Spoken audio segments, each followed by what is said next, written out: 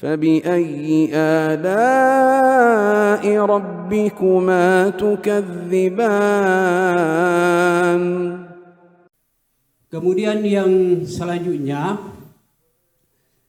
menyangkut keadaan sekarang umat Islam. Tidak seperti pada zaman Nabi kita, sepertiga atau seperdua daripada bagian dunia dikuasai oleh Islam. Tapi sekarang justru agak, sehingga Nabi kita menyampaikan pada anunya bahwa akan kemungkinan nanti bahwa seperti makanan di atas meja akan diperebutkan. Sehingga ada kekhawatiran, Ustaz, bagaimana Ustaz menyikapi dalam hal ini? Dalam keadaan Islam ini adanya pergeseran karena bagaimanapun juga, karena sebagian orang Islam kita ini cinta dunia tapi takut mati. Baik, jadi pertanyaan ketiga ini tentang kemunduran umat Islam. Umat Islam itu bukan mundur dari sudut jumlahnya. Iya, karena Nabi sendiri ketika menyebutkan tentang kondisi umat ketika akan datang, beliau berkata, yushikul umam, tada'a alaikumul umam, yushiku, mereka umat-umat itu saling memperebutkan kalian. Kal qas'ati 'ala ta'am, seperti memperebutkan hidangan di atas makanan di atas hidangan. Maka sebagian sahabat bertanya, ya Rasulullah, min qillatin nahnu yawma'id, apakah waktu itu kita sedikit? Kata beliau, la bal antum yawma'idin katsir. Tidak, bahkan kalian di waktu itu sangat banyak. Walakinnakum gutha ka gutha'is sail. Tetapi kalian waktu itu buih, seperti buih di air itu. Iya. Buih di air. Kemudian Nabi SAW menyebabkan sebab kecelakaan dari umat ini karena tertimpa dua penyakit. Wala yakdifannallahu fi qulubikumul wahan. Iya. Dan sungguh Allah akan melemparkan ke hati kalian penyakit wahan. Apa itu wahan? Maka Nabi berkata, hubbud dunya wa karahiyatul maut. Cinta dunia dan takut mati. Nah, itu hadits Tsauban di Musnad Imam Ahmad. Nah, haditsnya sahih. Jadi umat itu bukan sedikit, banyak mereka. Cuma yang menjadi masalah tidak ada kualitasnya. Kuantitas tapi kualitasnya sedikit. Nah, itulah masalah kita. Ya. Jadi masalahnya itu harus diperbaiki dari kualitasnya. Makanya di hadits lain di Sunan Abi Daud dari Abdullah bin Umar radhiyallahu anhuma, Nabi SAW jelaskan penyakitnya sama, tapi beliau terangkan obatnya. Beliau terangkan obatnya. Kata Nabi Sallallahu Alaihi Wasallam,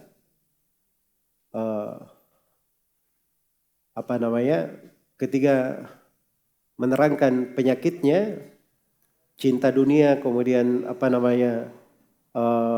sibuk dengan peternakan, pertanian, kemudian mereka jual beli dengan cara jual beli ina, idza tabayatum bil ina wa akhadtum adnabal baqar wa radaitum bizar wa taraktumul jihad. Itu 4.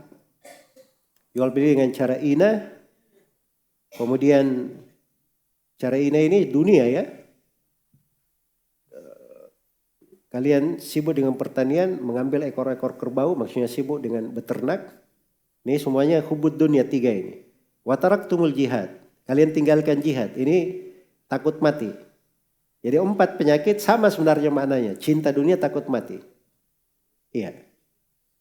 Cinta dunia, takut mati. Maka Nabi SAW bersabda, kalau kalian seperti itu, sallatallahu alaikum dullan. Allah akan timpakan kepada kalian sebuah kehinaan. La yanzi'uhu hatta tarji'u ila dinikum. Allah tidak akan cabut kehinaan itu sampai kalian kembali kepada agama kalian. Jadi kuncinya itu kekuatan umat kembali kepada agama.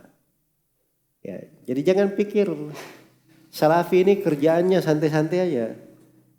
Kalau yang orang Ikhwanul Muslimin ini, Hizbut Tahrir, itu selalu bilang Salafi ini kerjanya cuma ngajar saja. baca ayat Al-Quran, baca hadis. Dia tidak pikir kondisi umat.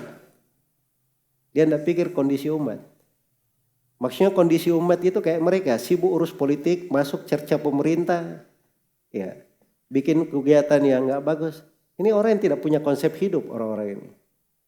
Kalau kita punya konsep hidup, cara memperbaiki itu dengan mengembalikan umat kepada apa? Al-Quran dan Sunnah, itu kekuatan mereka. Dengan sendiri akan aman negeri itu. Dengan sendirinya akan terlahir pemimpin-pemimpin yang mengerti apa yang maslahat untuk negerinya. Itu konsep yang paling bagus. Memang santai, duduk mengajar membina. Itulah yang dilakukan oleh Nabi SAW di fase Medina. Kan beliau cuma menduduk para sahabat, tidak ada jihad dengan tangan di fase Medina, di fase Mekah maksud saya. Tidak ada jihad dengan tangan.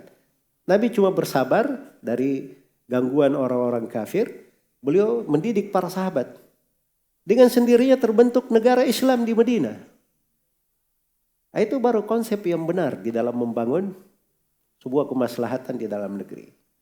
Jelas ya? Jadi ilmu itu lengkap, luas. Iya. Justru orang yang paling mengenal tata negara, kalau mau tahu bahasa yang sebenarnya, orang yang paling mengerti politik syar'i itu para ulama, orang-orang yang berilmu. Sebab mereka sangat paham itu. Mengerti tata negara, tahu cara berpolitik yang benar. Iya, bukan politik yang di mana sekarang ya.